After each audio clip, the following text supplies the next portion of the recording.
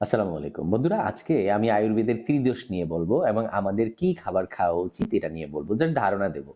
চাইলে পরবর্তীতে আপনাদের যদি আগ্রহ থাকে কমেন্ট করেন, বলেন, পরে আরো এই ভিডিওটার পর্ব আসবে। তো এর আগেই বলি, আমাদের শরীর আয়ুর্বেদিক ফিলোসফি অনুযায়ী আমাদের শরীর সুস্থ থাকার জন্য তিনটে জিনিসের ব্যালেন্স থাকতে হয়: বায়ু, পিত্ত এবং কফ। এটার যদি ব্যালেন্স থাকে তাহলে আমরা বলি যে হ্যাঁ, একটা মানুষের শরীর সুস্থ আছে। এই তিনটা বিষয়কে একসাথে ত্রিদোষ বলা হয়। কোনো একটা যদি বেড়ে যায়, ধরি কারো বায়ু, পিত্ত, কফের মধ্যে কফ বেড়ে গেছে, তাহলে কফ বাড়লে কিছু কিছু রোগ তৈরি হবে তার।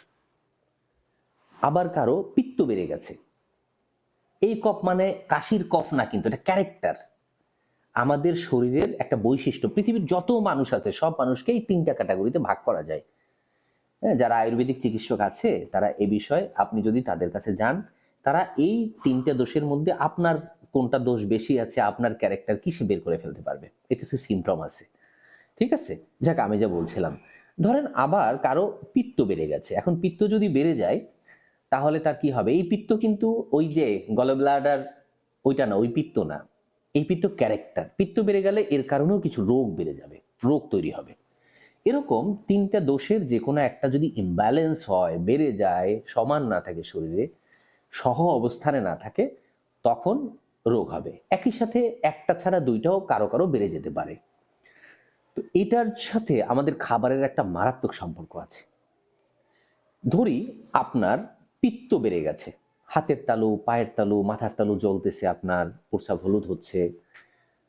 এখন আপনি ওষুধ খাচ্ছেন, বাজারের সব খাবার খাচ্ছেন, আপনার রোগ ভালো হচ্ছে না। ডাক্তারকে বলতেছেন রোগ ভালো হচ্ছে না কেন, ডাক্তারও আপনাকে ওষুধ দিচ্ছে। এইখানে প্রবলেমটা হচ্ছে কি, দেখা যাবে আপনার যদি পিত্তটা বেড়ে যায় তাহলে কিছু কিছু খাবার আছে যে খাবার এই পিত্তকে বাড়িয়ে দেয়। বাজারের কিছু কিছু খাবার আছে, খাবার কি করে? পিত্তকে বাড়িয়ে দেয়। তাহলে একে তো আপনার পিত্ত বাড়া অবস্থায় আছে, পিত্ত বাড়ার কারণে আপনার কিছু কিছু সিমটম আছে, কিছু রোগ তৈরি হয়েছে। আপনি বাজার থেকে আবার কিছু এমন খাবার, এমন সবজি খেলেন যা খাওয়ার পর পিত্ত আরো বেড়ে গেল, তখন রোগের পরিমাণ আরো বেড়ে যাবে এই খাবারের জন্য। এই জন্য আমরা ডায়েটের কথা বলি। আয়ুর্বেদিক ডায়েট বলতে আলাদা একটা কনসেপ্ট আছে, আলাদা একটা মানে বিষয় আছে, সাবজেক্ট আছে। এখানে একটা মানুষের এই ক্যারেক্টার নির্ধারণ করে তার জন্য কোন কোন খাবারগুলো ভালো, কোন খাবার খেলে তার সে ভালো থাকবে, সুস্থ থাকবে, এই বায়ুপিত্ত কফ ইমব্যালেন্স হবে না, এটা ব্যালেন্স থাকবে। এটার কিন্তু এই এই বিষয়গুলো কিন্তু আলোচনা করা হয় এই আয়ুর্বেদিক ডায়েটের মধ্যে। আবার কিছু খাবার আছে যে খাবার খেলে পিত্ত কমে যাবে। তাহলে কিন্তু দেখেন, আপনার ওই রোগ আপনি চাইলে শুধু খাবারের দ্বারাই কন্ট্রোলে নিয়ে আসতে পারবেন, ওষুধ সাহায্য করবে আপনাকে।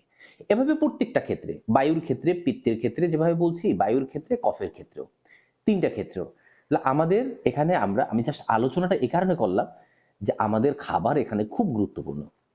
আমি কি খাবার খাচ্ছি, মানে হচ্ছে একটা মানুষের কিছু কিছু খাবার খাওয়া যাবে না, কিছু কিছু খাবার খাওয়া যাবে, এইটা নির্ধারণ আয়ুর্বেদিক কনসেপ্টে যদি আপনি করেন, আয়ুর্বেদিক প্রিন্সিপাল দিয়ে যদি আপনি করেন, আয়ুর্বেদিক বিজ্ঞান দিয়ে যদি আপনি করেন, তাহলে একজন আয়ুর্বেদিক ডাক্তারের পরামর্শ নিয়ে আগে নির্ধারণ করবেন আপনি কোন দোষের রোগী, বায়ুর, পিত্তর না কফের।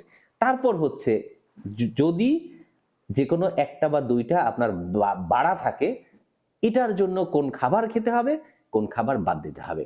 আশা করি আপনি বুঝতে পেরেছেন। তো যাই হোক, আমি জাস্ট আজকে ধারণা দেওয়ার জন্য যে আয়ুর্বেদিক ডায়েট এবং ত্রিদোষ, ত্রিদোষের সাথে খাবারের যে সম্পর্কটা, সুস্থতার যে সম্পর্কটা, এটা নিয়ে আমি বললাম।